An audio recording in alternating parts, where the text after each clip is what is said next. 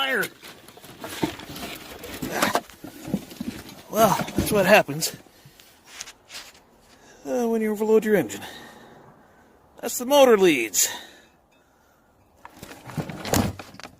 Uh-oh. Well, that's all she wrote. Back to the shop with a puff of smoke.